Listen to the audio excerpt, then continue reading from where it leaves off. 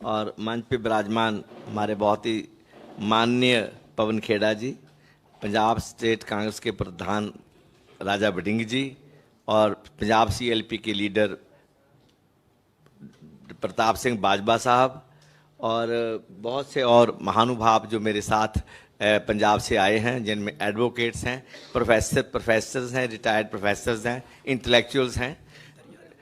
और सच में और मैं सबसे पहले बाजवा साहब और पंजाब के प्रभारी श्री देवेंद्र यादव जी, उन सब का धन्यवाद करता हूं कि उन्होंने आज हमें इस परिसर में आकर एक महान पार्टी को, एक ऐसी पार्टी जिसने देश के स्वतंत्रता संग्राम में बहुत भारी योगदान दिया और बाद में नए भारत के निर्माण में पंडित नेहरू जी की जो एक वैज्ञानिक विचारधारा थी, साइंटिफिक टेम्पर था, जो उन्होंने जो हर क्षेत्र में जो हिंदुस्तान को अपने पांव पे खड़ा किया, डेमोक्रेटिक इंस्टीट्यूशंस को बनाया, उनको मजबूत किया, आर्थिक प्रगति की और देश में एक नई ऊर्जा आज़ादी के बाद पैदा की।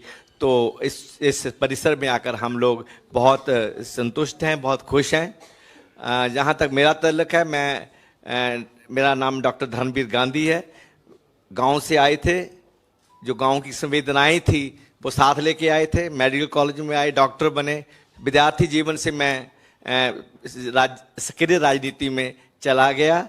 मैं वामपंथी विचारधारा से प्रभावित हुआ और यहाँ तक कि एमरजेंसी जब मेरा फाइनल ईयर था तो उस वक्त मुझे जेल भी जाना पड़ा। तो जेल से छूटकर एमबीबीएस किया, फिर एमडी किया, फिर कार्डियोलॉजी में मैं असिस्टेंट प्रोफेसर के बतौर रिटायर हुआ गवर्नमेंट मेडिकल पटियाला से। जब कुछ अंदर आग होती है ना, तो जब भी समाज में हिलजुल होती है तो आपका जो दिल है, जो जिसके दिल में आग है, वो आग बाहर निकलती है, वो धधकती है वो। और जब 2011-12-13 में जो अन्ना आंदोलन चला तो मेरे को ऐसे लगा कि जब सारी दुनिया सड़कों पे है, हवा का एक नया ठंडा झोंका आया है, देश बदल रहा है, समाज बदलेंगे, देश बदलेंगे, नई राजनीति करेंगे, एक लोगों की बात करेंगे, इंट्रा पार्टी डेमोक्रेसी होगी, स्वराज होगा और एक नई राजनीति शुरू होगी, पारदर्शी राजनीति का युग आया है। तो मैं अपना क्लिनिक बंद करके I just joined the party, आम आदमी पार्टी। पर मैंने बहुत जल्दी देख लिया कि आम आदमी party is not the party of my ideals. ये मेरे आदर्श की पार्टी नहीं है। जो जहाँ चला है, जैसे चल रहा है, जिस तरह पार्टी चल रही है, कांग्रेस में तो किसी बाकी पार्टी में तो जो हाई कमांड कल्चर या वीआईपी कल्चर आने में दशकों लगे हैं, डिकेड्स लगे हैं, और यहाँ तो 2-3 साल में वो जलवा देख गया, 2 साल में जलवा देख गया। तो मैं आई सेड गुड बाई। मैं 14 में इलेक्ट हुआ और 15 फरवरी में मैंने इसको छोड़ दिया। उसके बाद मैं अलग अलग प्लेटफॉर्म में एक्टिव रहा, अपना डॉक्टर के तौर पर भी और सामाजिक कार्यकर्ता के तौर पर भी। आज जब राहुल जी ने ये भारत जोड़ो यात्रा शुरू की तो क्योंकि मैं खुद राजनीतिक तौर पर मेरे में भी हलचल चल रही थी, उथल पुथल चल रही थी, तो मैंने देखा कि आज ये साधारण समय नहीं है, ये असाधारण समय है। They are not ordinary times, they are extraordinary times. और इस समय जिस आदमी के दिल में जमहूरियत धधकती है, सेकुलरिज्म है, संविधान के प्रति आदर है, इंडियन कॉन्स्टिट्यूशन की इथोस है, उसके लिए उसके मन में उसके साथ रहना चाहता है। और जो संस्थाएं हैं, लोकतांत्रिक संस्थाएं हैं, उनकी जो आज़ादी है उसको बरकरार देखना चाहता है और देश में सामाजिक न्याय की बात वो देखना चाहता है। तो ऐसे समय में जब ये सब कुछ खतरे में हो और जब 2024 ना तो ये ऑर्डिनरी टाइम्स हैं और ना 2024 का इलेक्शन ऑर्डिनरी इलेक्शन है, देश का इतिहास लिखे जाने वाला है। देश ने किधर जाना है, कौन सी दिशा अख्तियार करनी है, किस दिशा में जाना है, वो एक बहुत महत्वपूर्ण इलेक्शन है। तो ऐसे समय में हम मेरे जैसे लोगों के लिए जो जब से जवानी में पैर रखा है तब से ही वो एक सोच में सोचते रहे हैं, तो चुप रहना, साइड्स ना लेना या ठीक साइड ना लेना बहुत इंपॉर्टेंट सवाल है। I want to be seen on the right side of history in 2024 in the coming elections. मैं इतिहास के सही रास्ते और जो दुरुस्त रास्ता है उसकी साइड पे खड़ा होना चाहता हूं। That's why I am with Congress, that's why I am with Congress. और जो देश की हालत है, तो उसमें आप सब जानते हैं किस तरह जो धार्मिक ध्रुवीकरण है उसका जो बोलबाला है, जैसे देश को बांटा जा रहा है, नफरत का माहौल पैदा किया जा रहा है, जिसमें दो स्लोगन जो जिसने सबसे मुझे प्रभावित किया वो था कि नफरत के बाजार में मोहब्बत की दुकान, और दूसरा था डरो मत, जो देश में दहशत का डर का एक वातावरण पैदा किया था इस पर मौजूदा पॉलिटिकल डिस्पेंसेशन ने, मौजूदा निजाम ने।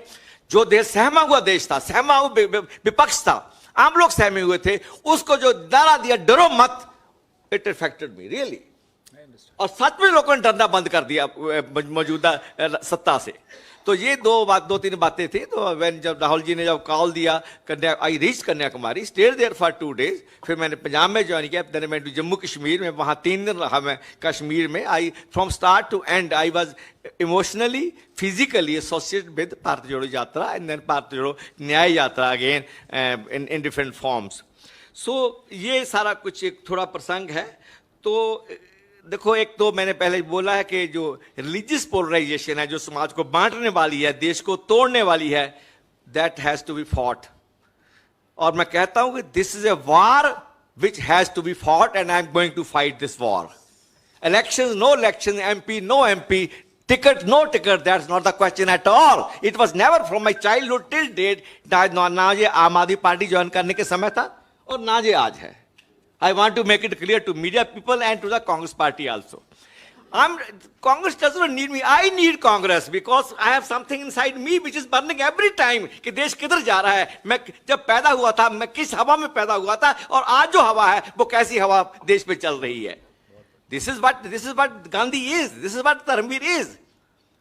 सो ये माहौल है, रिलीजियस पोलराइजेशन का माहौल है, जो सेफ्रनाइजेशन किया जा रहा है, जो सोशल फैब्रिक है जो तोड़ा जा रहा है, उसको नष्ट किया जा रहा है, और जो धार्मिक ध्रुवीकरण है, ये जितना बड़ा खतरा है, और इकोनॉमिक डिस्पैरिटी, जो आर्थिक विषमता है, वो आसमान छू रही है। अब कोई किसी वक्त ना कि गरीब और अमीर का एक कोई प्रोपोर्शन हुआ करती थी, इट इज डिसप्रोपोर्शन। पता ही नहीं है कब अडानी के पास कितना पैसा चला गया है, पता ही नहीं कि हिंदुस्तान के 200 परिवारों के पास कितना पैसा है और बाकी 70-80% लोग किस हालत में जी रहे हैं। जो ये आर्थिक विषमता है, और जितना बड़ा ये सवाल है, और जिसको अक्सर हमारे दो के साथ राहुल जी ने बड़ा टाइमली, और जब लोगों का ध्यान इस तरफ नहीं था, जिस स्लोगन खड़ा किया था, तो वो it was a very indicative, very descriptive slogan tha. I was quite impressed with that also.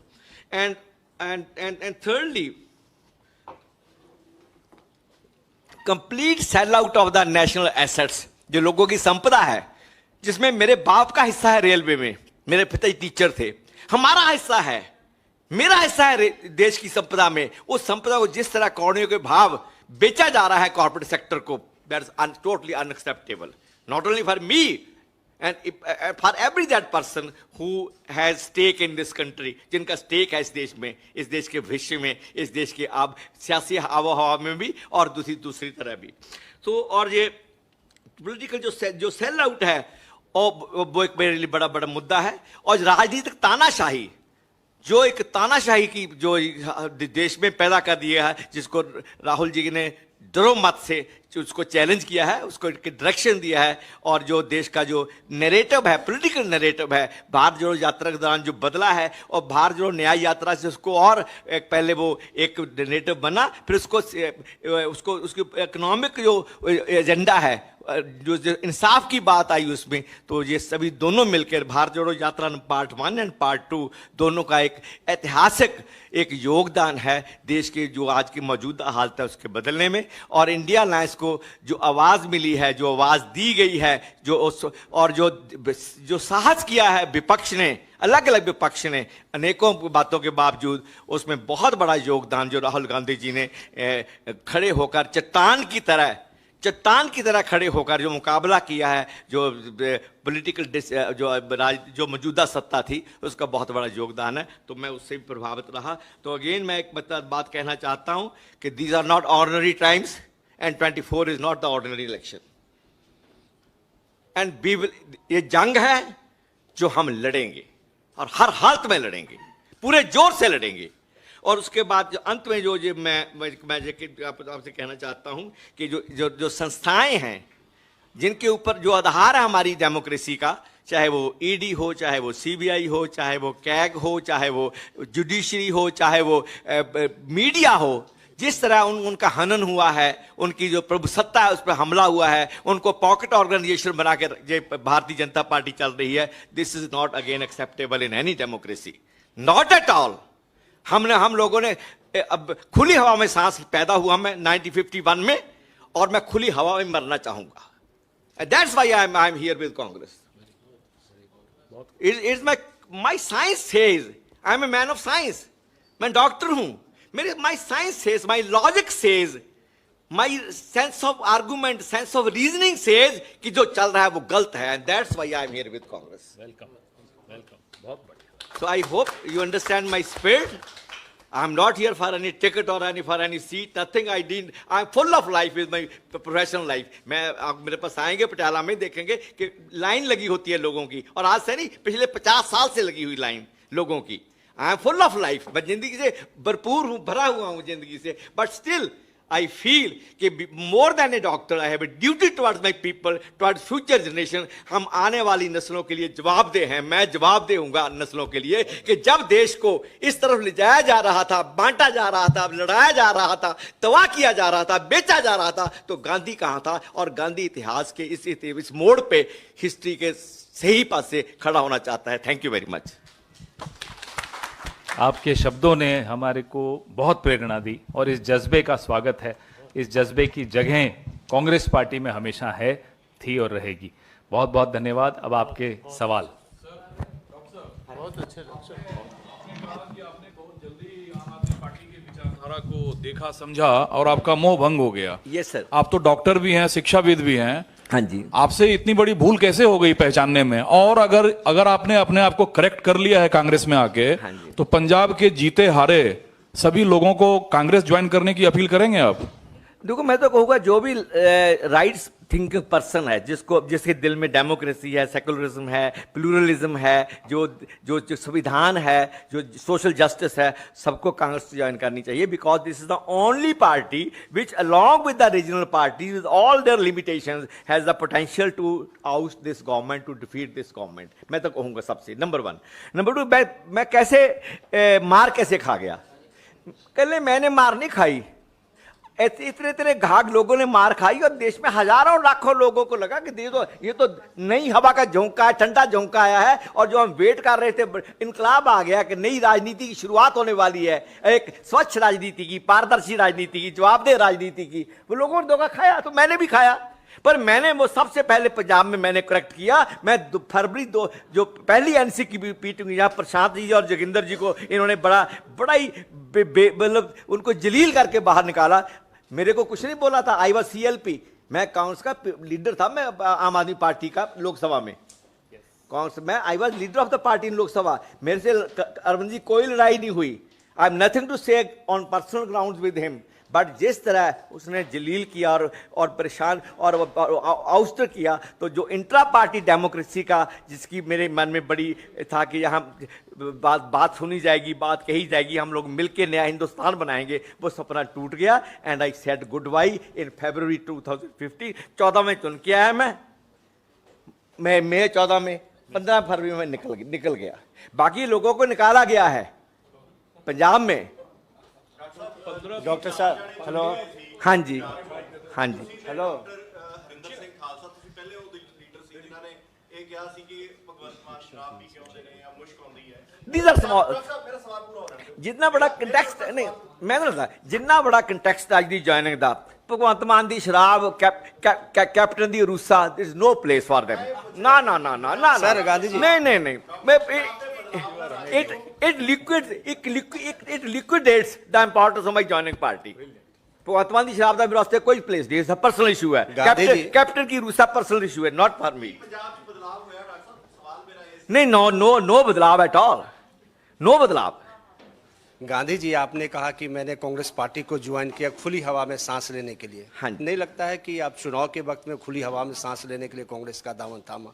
Not at all, not at all. It is open to you. They may not. I not bother at all, because this is not an age to do active parliamentary politics. Yeah, electoral politics. I'm 74. I have diabetes. I have coronary artery disease, मेरे stent डला हुआ है, एक आंख की मेरी रोशनी नहीं है, I am blind by one I for the last 15 years, and I have diabetes, I am hypertensive with coronary artery disease. I am moreover, I am full of life. I don't want life in Congress. I am in Congress for some different reasons, for historical reasons. Doctor साहब, अरे हो गया।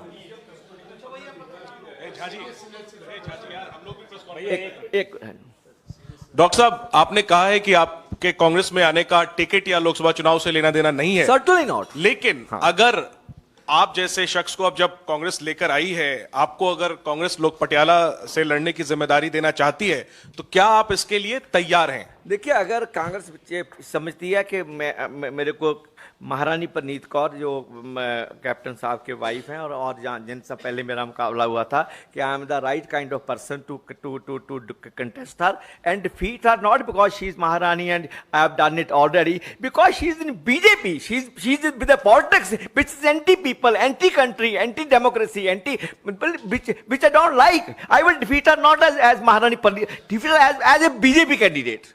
आप तैयार हैं लड़ाई के लिए? आप तैयार हैं? Yes, if I get a chance, in spite of my limitations, health limitations, family limitations, and age limitations, मैं कहता हूँ ये जंग है जो लड़ूंगा और लड़ी जाएगी. एक सवाल और आपकी परमिशन से, आपने कहा कि आप इतिहास में सही जगह पे खड़े होना चाहते हैं. Very right. तो जो आपकी पुरानी पार्टी थी आम आदमी पार्टी और उसके नेता अरविंद केजरीवाल, Yes. वो इतिहास में आज कहां खड़े हैं आपके मुताबिक? क्योंकि दिल्ली में उस पार्टी से आपकी पार्टी का गठबंधन है और पंजाब में आप लोग आमने सामने लड़ रहे हैं. आज अरविंद केजरीवाल जुडिशियल कस्टडी यानी जेल में चले गए हैं, लेकिन अभी भी वो मुख्यमंत्री की कुर्सी पर बने हुए हैं.